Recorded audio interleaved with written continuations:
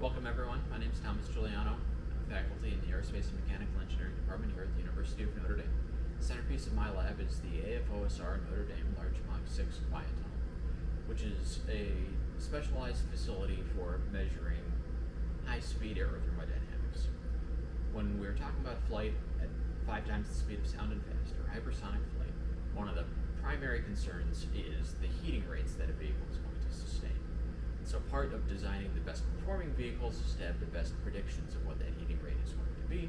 And in wind tunnels like this, we can do scale testing to better understand what the flow field is going to do when we go to fly at these altitudes. The sorts of instrumentation we use in this facility are infrared thermography, pressure and temperature sensitive paints, background oriented Schlieren to measure the density field in the vicinity of a model, and pressure sensors on the surface of a model. Right now we've got an experiment set up. That's a simple cone, 7-degree half angle. The bottom half of the model is made of steel to give it strength.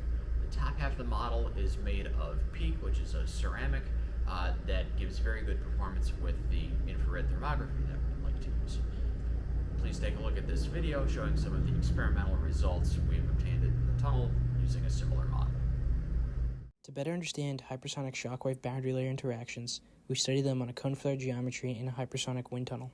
Surface heating measurements are recorded with an infrared camera, while off-wall measurements are recorded with a high-resolution and a high-speed camera. Surface temperature distributions are used to compute heat flux, while the off-wall measurements are used to visualize the shockwave boundary layer interaction. We can see the bow shock, separation shock, and reattachment shock. Heating distribution shows cooled region downstream of the separation shock and high heating downstream of the reattachment shock. We can also see heat streaks.